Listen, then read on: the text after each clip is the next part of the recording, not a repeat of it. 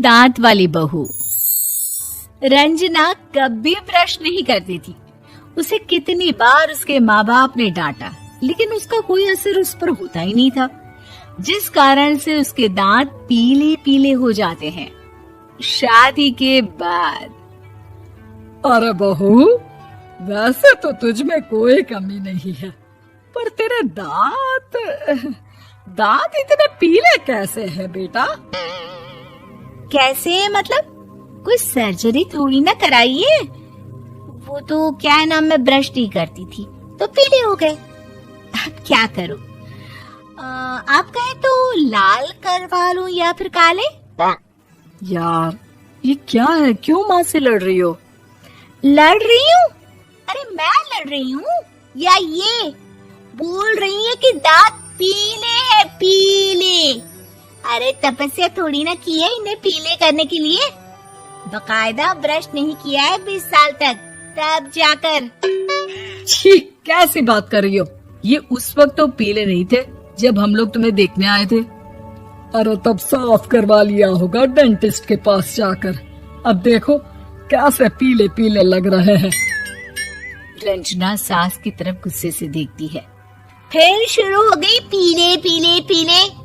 अरे पीले तो तब भी थे जब मेरे हाथ का रसगुल्ला उड़ा उड़ा कर खा रही थी और बोल रही थी, लड़की नहीं गुणों का खजाना दे रहे भाई साहब आप। खैर, अब वो लोग करते भी तो क्या करते, पीले दांत वाली बहू पल्ले पड़ी थी तो झेलना तो था ही। एक दिन कीर्तन में रंजना गाना गा रही थी। अरे कमला बहन, माँ का द्वार है, यहाँ तो सब शुद्ध होकर आते हैं, फिर अपनी बहू को ब्रश भी नहीं करवाती तुम। दूर से पीले पीले दांत भक्ति में बाधा उत्पन्न कर रहे हैं। और कोई 2 साल के बच्ची थोड़ी ना लेकर आई हूँ मैं बहू बनाकर। अच्छी खासी लड़की है, अरे कैसे करवाऊं ब्रश? ये तो उसे खुद करना चाहिए ना।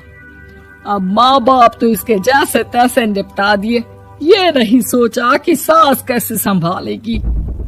सास बहू को लेकर घर आ जाती है, लेकिन सोच लेती है कि अब इसे लेकर कहीं नहीं जाएगी। अगले रोज बहू कहती है, अरे क्या हो गया, मंदिर नहीं जाना क्या? कीर्तन का वक्त हो रहा है। मेरी मधुर वाणी से कान्हा जी जागते हैं और सोते हैं। आप तो जानती है ना उनकी भक्ति में कितना मन लगता है मेरा।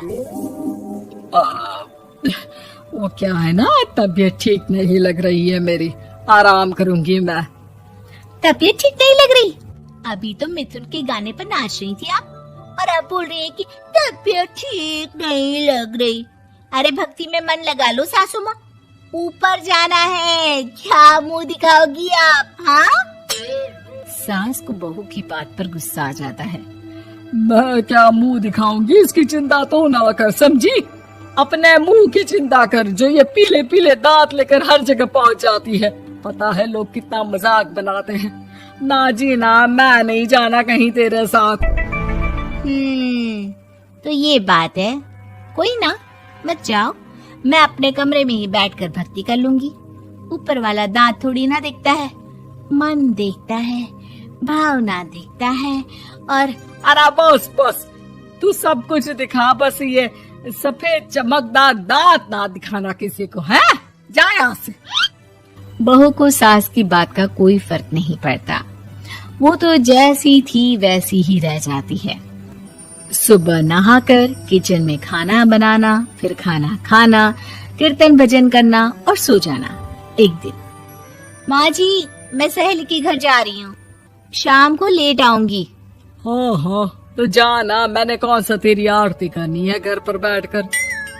रंजना सहेल के घर जाती है, जहाँ वो पार्टी में जाने की तैयारी कर रही होती है। अरे शिखा, कहाँ जाने की तैयारी कर रही है? मैं गलत वक्त पर आ गई क्या? अरे नहीं यार, उल्टा सही वक्त पर आई है। मैंने ये साड़ी और ज्वेलरी निकाली है यार, शाम को इनके ऑफिस की एक पार्टी में जाना है। बताना कैसा लग रहा है ये सब? नहीं यार, इस ड्रेस के साथ तो वो वाली ज्वेलरी अच्छी लगेगी। हाँ हाँ सही बोल रही है, मैंने ध्यान ही नहीं दिया। वैसे तो हमेशा से मस्त फैशन सेंस रखती है। तो बड़ा जाती होगी ना पति के साथ पार्टी में। रंजना कुछ नहीं बोलती, बस सोचती है कि यार काश ये बात सही हो जाती। पर मैं क्यों नहीं जाती पार्टी में? क्या इन लोगों की कोई पार्टी होती नहीं होगी? रंजना घर आती है और रात में पति से सवाल करती है, एक बात बताइए, आप मुझे किसी पार्टी में क्यों नहीं ले जाते? क्या आपके यहाँ ऑफिस में पार्टी नहीं होती? पति बेचारा क्या कहता कि दांत पीले हैं तुम्हारे इसलिए। अरे कोई पार्टी होती नहीं हम लोगों के ऑफिस में, तो कहाँ से लेकर जाऊं? और मार्केट, मॉल, कहीं वीकेंड घूमना, कहीं तो। अरे यार सारे हफ्ते में एक छुट्टी मिलती है, तो सोचता हूँ कि आराम ही कर लूं। क्यों? रंजना मन मार के रह जाती है। पहले कभी सास के साथ मंदिर जाया करती थी, लेकिन वो भी सास ने ले जाना बंद कर दिया। घर बैठी बैठी रंजना बोर हो जाती है। तभी उसे आइडिया आता है और वो मायके जाने का सोचती है। सासू माँ, 2 दिनों के लिए मम्मी के घर जा रही हूँ। अच्छा ठीक है, आराम से जा। और हाँ, माँ से कुछ अच्छी आदत सीख कर आना कि कैसे शरीर के हर भाग की तरह दांतों की सफाई भी जरूरी होती है, समझी?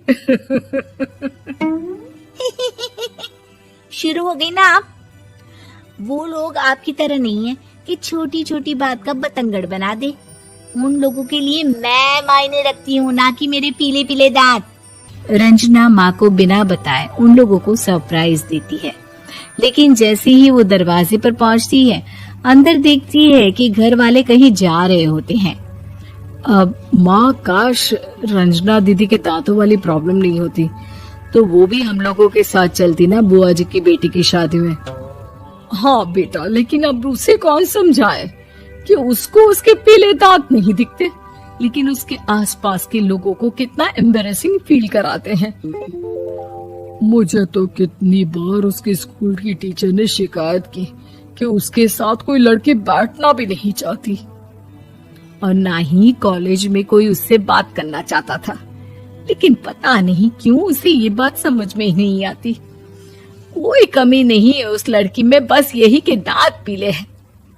वो तो भला हो जीजा जी और उनकी माँ का, जो दीदी को जैसी है वैसे ही रखा हुआ है। रंजना को अपने घर वालों की बात सुनकर बहुत दुख होता है। वो सोचती है कि वो क्या करे, लेकिन फिर वो सीधा डेंटिस्ट के पास जाती है, अपने दांत चमकाती है और कसम खाती है कि वो रोज ब्रश करेगी। अरे क्या हो गया? तुम तो 2 दिनों के लिए गई थी ना। पर कोई ना, अच्छा है, चलो आ गई तो। रंजना सास के सामने आकर खड़ी हो जाती है और पूरी स्माइल करती है, उसके चमकदार दांतों को दिखाती हुई। हैं?